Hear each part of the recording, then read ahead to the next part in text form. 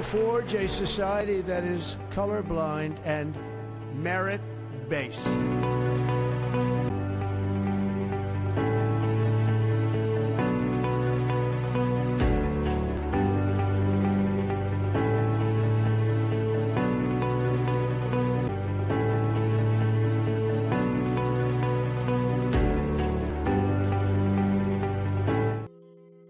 Hi, Syria. How are you?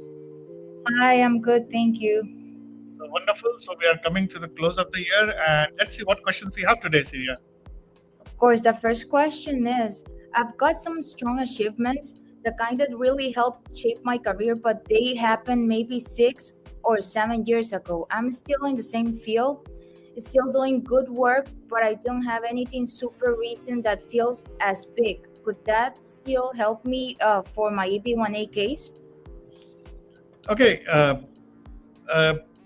One of the biggest challenges with responding to this question, Syria, is that we don't know what achievements are in what field.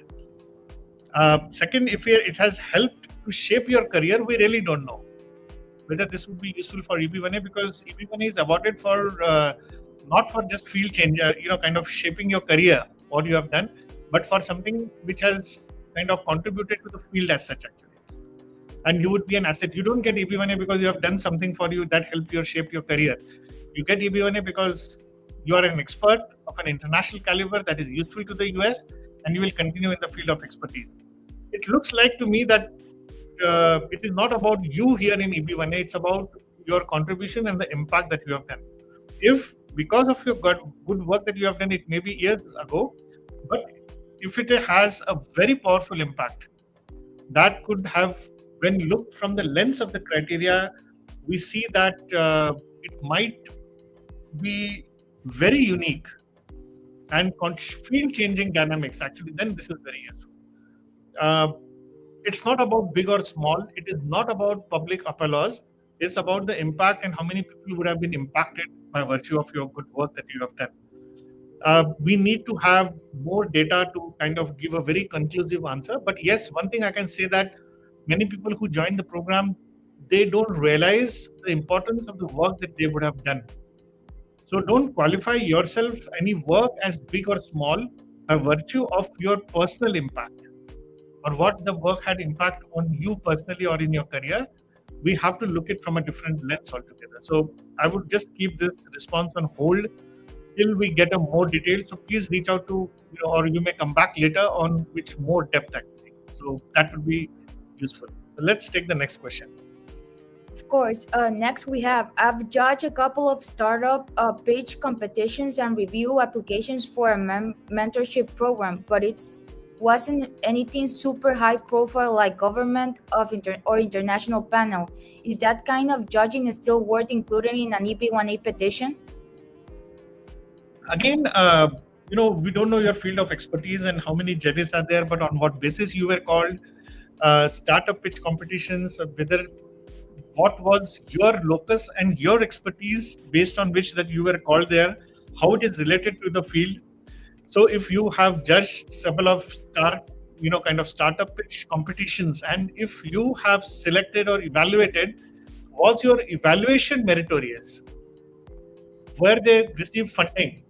Imagine a situation where you would have, I'm just making this story up actually, you would have evaluated Airbnb a couple of decades ago. You would have evaluated Uber a couple of years ago. And today it has become a large. So this would speak a lot about your assessment and your, kind of prowess. Now that would make a lot of difference. But or if not, then this could be serve as a stepping stone. So we would just have to see which more detail in terms of, and one of the things that we have seen which people are not giving us in these questions, Syria, is that people are not giving us their expertise and their field of endeavor, because we need that to kind of do a more deep dive. Now, let us say, hypothetically again, that if somebody says that I'm a rocket scientist and I have judged a startup's base for the rocket science, definitely the whole storytelling would be very different. The whole narrative, what we are looking at this question, our perspective of looking at the question would be very different, depending on the profundity of that expertise and what US needs at this moment. So one needs to be more granular here. Okay, so let's move to the next one. Absolutely. So the next question is, how do we prove a critical role? Do we need letters from the current employer and the previous employer? Are those needed on an official letterhead? How about if the manager or the person providing the letter already changed jobs? I think it's a pretty straightforward question and a very simple need. It's a very direct question, and we can give a very direct response to this. You prove your critical role by establishing the criticality of that particular role. You need to give your, kind of authority, the scope of your authority, the impact metrics that you succeeded in doing that. If you weren't there, the project would not have been, or the role would not have been critical. And also another important aspect that you need to prove the distinguished nature of the organization also. Normally my suggestion to all the people in the program is that if you have been for a very long duration, say 5 to 6 years in the same company, then you are absolutely good to kind of give only one establishment and maybe 2 or 3 specific projects you can mention. If over a period of 5 to 6 years there have been more than one, then you can give both the kind of include both the establishment as distinguished and criticality of your role. Now, yes, we would need the letters in that case. The law doesn't warrant that you need to give on an official letterhead. If the manager or the person providing the letter has already changed jobs, then he can say that, well, let us say he's giving a letter to you, Syria. Then the person should say that, yes, I had supervised Syria during my tenure at so-and-so. And at that time, I was manager, I was vice president, I was chief manager at so-and-so. And Syria worked with me. You can give a letter even though the person would have already changed their respective jobs. I think this should answer the question. So if you need more clarification, please reach out to us. And if you want to join the program, like many other people, we have a certain framework for the letters and all. We'll be more than happy to help. Okay, let's move to the next now. Yes, the next question is, could you please share some insights on identifying the high salary categories? We are using the Bureau of Labor Statistics website for salary comparisons. For those on H-1B visa, do you need to use the exact standard occupational classification code listed on the labor condition application?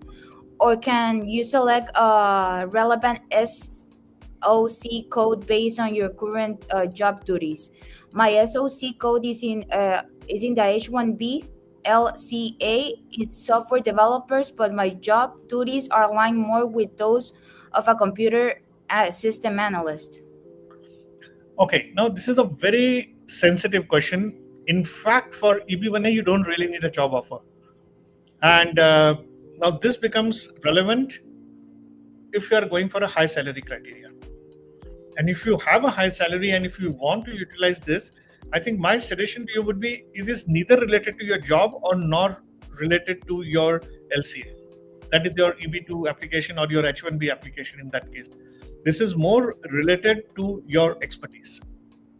So relate your job to your expertise, and you can mention there in that letter that, well, SOC is more administrative, even though it is in LCA, but it does not kind of give the profundity of your total expertise, what we are applying for your EB1A. This is very, very important here, actually, giving that kind of an explanation. Otherwise,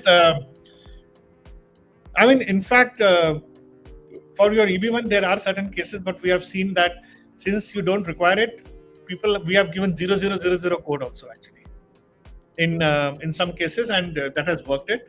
But if your attorney is insisting on a particular code, then I think this would be the best way forward to connect it to your expertise more than your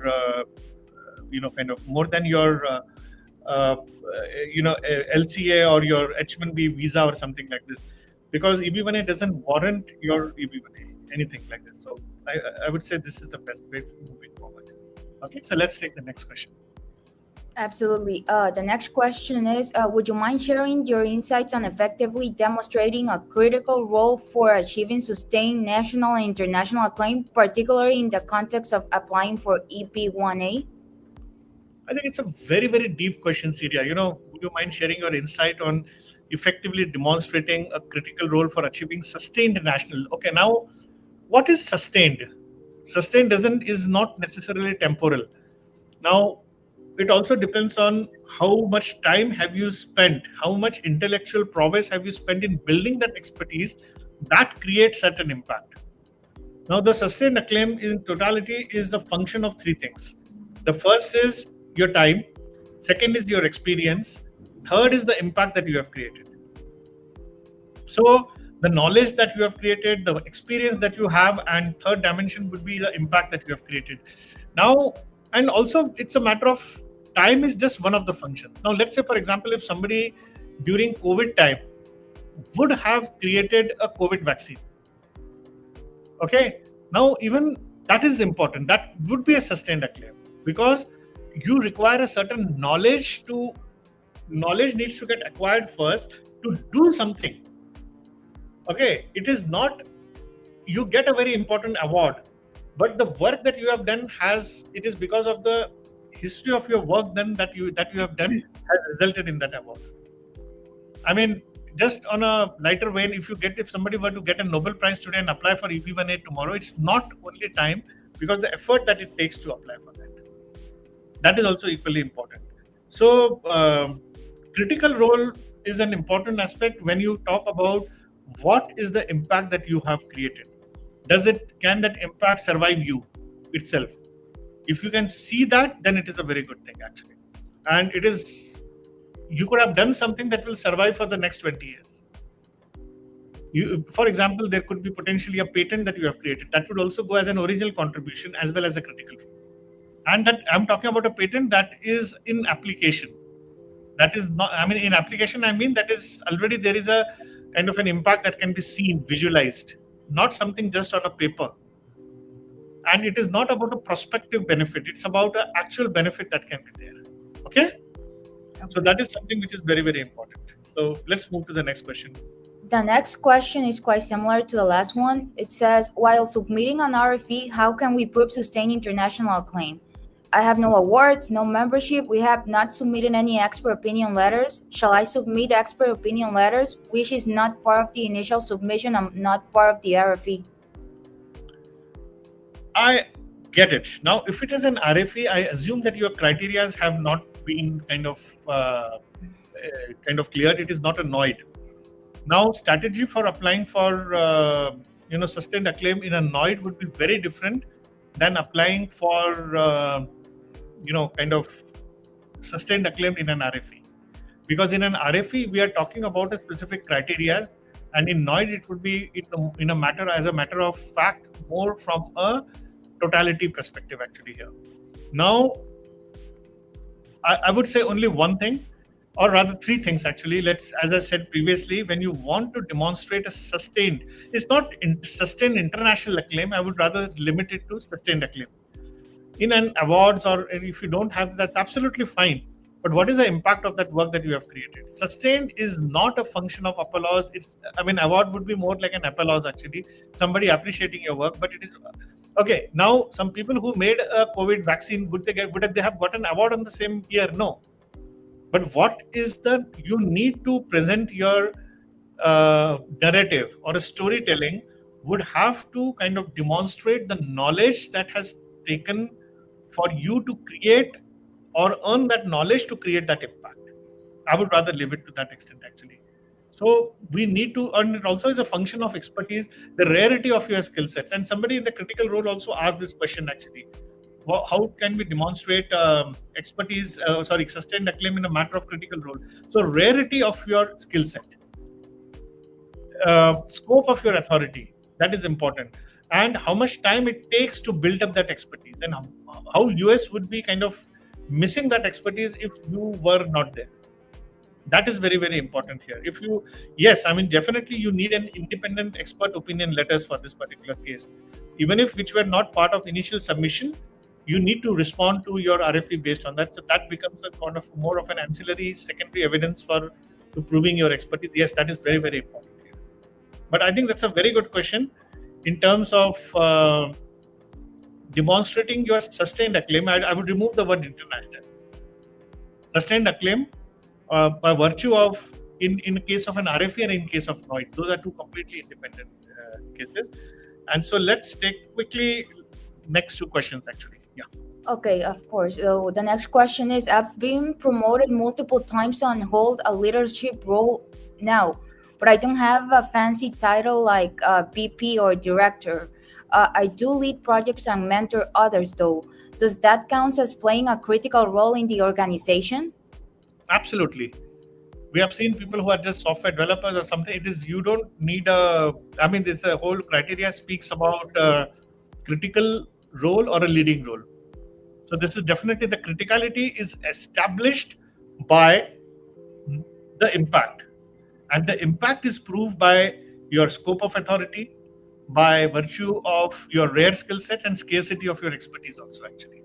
If you are able to demonstrate and what has been the impact of your work, how you define the success metrics of that, if you are able to articulate that, that would be wonderful actually. And let's take the last question, Syria.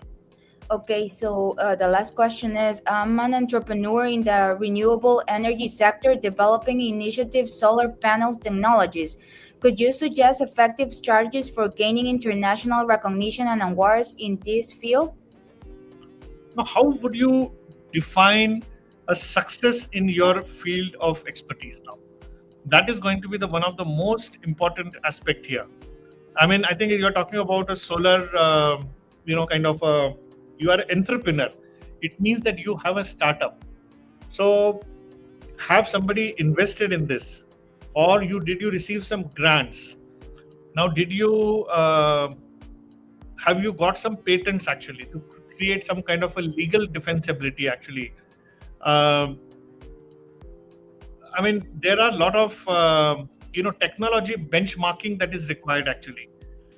There are a lot of awards for tech and sustainability that, in UAE there is something called as Zaid Sustainability Prize, or in European Union there is a prize on Solar Power Europe Awards. Then there is another award on Kneeling Curve Prize, Ashton Awards, Global Clean Tech 100 Awards. We have World Smart Energy Awards in Lit Europe. Now you need to work to make that as your mission to reach that. You need to publish in a tier 1 engineering journals like Nature Energy, Joule Progress, use data-rich studies. You have to speak at flagship conference like IEEE, PBSC. There are a lot of accelerators by the government. There are showcase your talent in UN allied global initiatives, brand architecture. There are 101 things that you can do in your field of expertise, and leverage your media partnerships. MIT Technology Review. I mean, it has, I think, something on like under 35. What are fast company changing ideas? So these are some of the things that you need to do actually. In an execution, you have to do it within a span of 1 or 2 years. You can create something that would be kind of follow, but it has to be part of a plan of an overall scheme of things. If you are able to do this, then that would be wonderful. So that was, I think, the best we have for today right now. And guys, if you want to have your questions and you want us to kind of help you for EB1A and you want to join the program, reach out to Syria or me. The link will be given in the, in the comment below. So wish you a very happy new year and have a wonderful day ahead and have a wonderful Saturday, friends. Okay, bye. Thank you for joining us today. If you have any further questions or need personalized guidance, please reach out to us. We are here to help you every step of the way in your journey towards achieving your American dream. Let's connect and make it happen together.